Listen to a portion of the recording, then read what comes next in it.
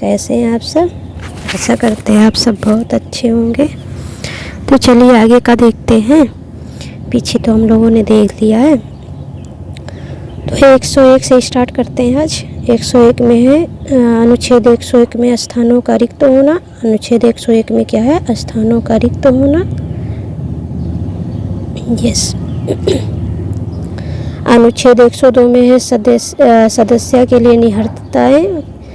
103 में अनुच्छेद 103 में है सदस्यों की निहर्ताओं से संबंधित प्रश्नों पर विनिश्चय। अनुच्छेद 104 में है अनुच्छेद 99 के अधीन शपथ लेने या प्रतिज्ञान करने से पहले या आहृत न होते हुए या निर्णित किए जाने पर बैठने और मत देने के लिए शक्ति। ये अनुच्छेद 104 में है। फिर आ गया संसद और उसके सदस्यों की शक्ति, विशेषाधिकार और उन्मुक्तियाँ क्या क्या हैं। तो 105 में संसद के सदनों की तथा उसके सदस्यों और समितियों की शक्तियों का विशेषाधिकार आदि। 106 में सदस्यों के वेतन और भत्ते। 106 में क्या? सदस्यों के वेतन और भत्ते। 107 में है विधेयकों के पुनः स्थापन और पारित किए जाने से के संबंध में उपबंध। फिर 108 में है कुछ दशाओं में दोनों सदनों का संयुक्त बैठक 108 में है। 109 में है धन विधेयकों के संबंध में विशेष प्रक्रिया। अनुच्छेद 109 में धन विधेयकों के संबंध में विशेष प्रक्रिया 109 में है।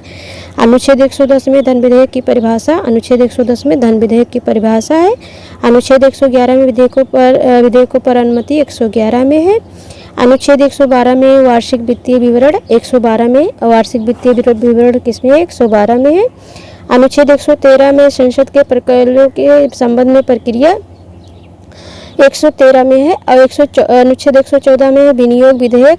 अनुच्छेद 114 में क्या? विनियोग विधेयक। अनुच्छेद 115 में अनुपूरक अतिरिक्त अधिक अनुदान। अनुपूरक अतिरिक्त अधिक अनुदान 115 में है। फिर अनुच्छेद 116 में लेखादान अनुदान और अपवादानुदान 116 में है। अनुच्छेद 117 में विधेयकों के बारे में विशेष उपबंध। अनुच्छेद 117 में है। अनुच्छेद 118 में प्रक्रिया के नियम। अनुच्छेद 118 में क्या है? प्रक्रिया के नियम। अनुच्छेद 119 में संसद में वित्तीय कार्य संबंधी प्रक्रिया का विधि द्वारा विनिमय। और अनुच्छेद 119 में है। अनुच्छेद 120 में है संसद में प्रयोग की जाने वाली भाषा। अनुच्छेद 120 में है। अनुच्छेद 121 में है संसद में चर्चा पर निर्बंधन। अनुच्छेद 121 में है। अनुच्छेद 122 में न्यायालय द्वारा संसद की कार्रवाइयों की जांच न किया जाना 122 में है। फिर अध्याय 3 आ गया, राष्ट्रपति की विधायी शक्तियाँ। अनुच्छेद 123 में संसद के विश्रांति काल में अध्यादेश प्रख्यात करने की राष्ट्रपति की शक्ति 1, 2, 3 में है। फिर अनुच्छेद 124 में उच्च न्यायालय की स्थापना और गठन। उच्च न्यायालय की स्थापना और गठन किसमें है? अनुच्छेद 124 में है। अनुच्छेद 125 में न्यायाधीशों के वेतन आदि 125 में है। 126 में कार्यकारी मुख्य न्यायमूर्ति की नियुक्ति 126 में है। अनुच्छेद 127 में तटस्थ न्यायाधीशों की नियुक्ति। अनुच्छेद 128 में उच्चतम न्यायालय की बैठकों में सेवानिवृत्त न्यायाधीशों की उपस्थिति 128 में है। अनुच्छेद 129 में उच्चतम न्यायालय की अभिलेख न्यायालय होना 129 में। अनुच्छेद 130 में उच्च न्यायालय का स्थान। अनुच्छेद 130 में। अनुच्छेद 131 में उच्च न्यायालय की आरंभिक आधिकारिकता। अनुच्छेद 131 में है।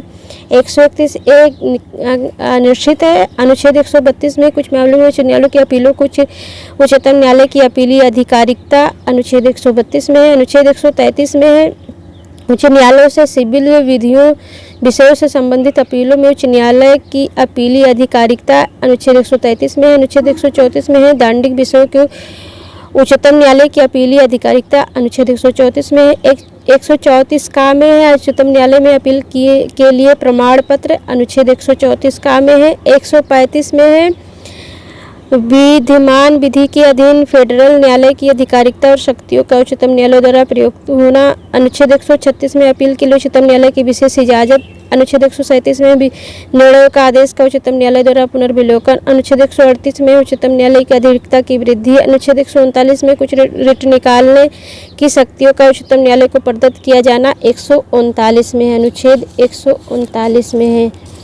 ठीक है। चलिए अनुच्छेद 139 का में कुछ मामलों का अंतरण। अनुच्छेद 140 में उच्चतम न्यायालय की अनुसांगिक शक्तियाँ, ये सब उतना इम्पोर्टेंट इधर का नहीं है। अनुच्छेद 141 में उच्चतम न्यायालय द्वारा घोषणा विधि देवता तभी से भी न्यायालय का आवर्ध होना। अनुच्छेद 142 में उच्चतम न्यायालय की डिक्रियों और आदेशों का प्रवर्तन और पाठ्यक्रम के बारे में आदेश। अनुच्छेद 143 उच्च न्यायालय से परामर्श करने की राष्ट्रपति की शक्ति A143 में है। अनुच्छेद 144 में सिविल और न्यायिक प्राधिकारियों द्वारा उच्चतम न्यायालय की सहायता में कार्य किया जाना। अनुच्छेद 144 का निकला हुआ है। अनुच्छेद 145 है न्यायालय के नियम आदि। अनुच्छेद 146 उच्चतम न्यायालय के अधिकारी और सेवक द्वारा व्यय। अनुच्छेद 147 में निर्वाचन है। फिर अध्याय 5 आगे भारत का नियंत्रण महालेखा परीक्षक।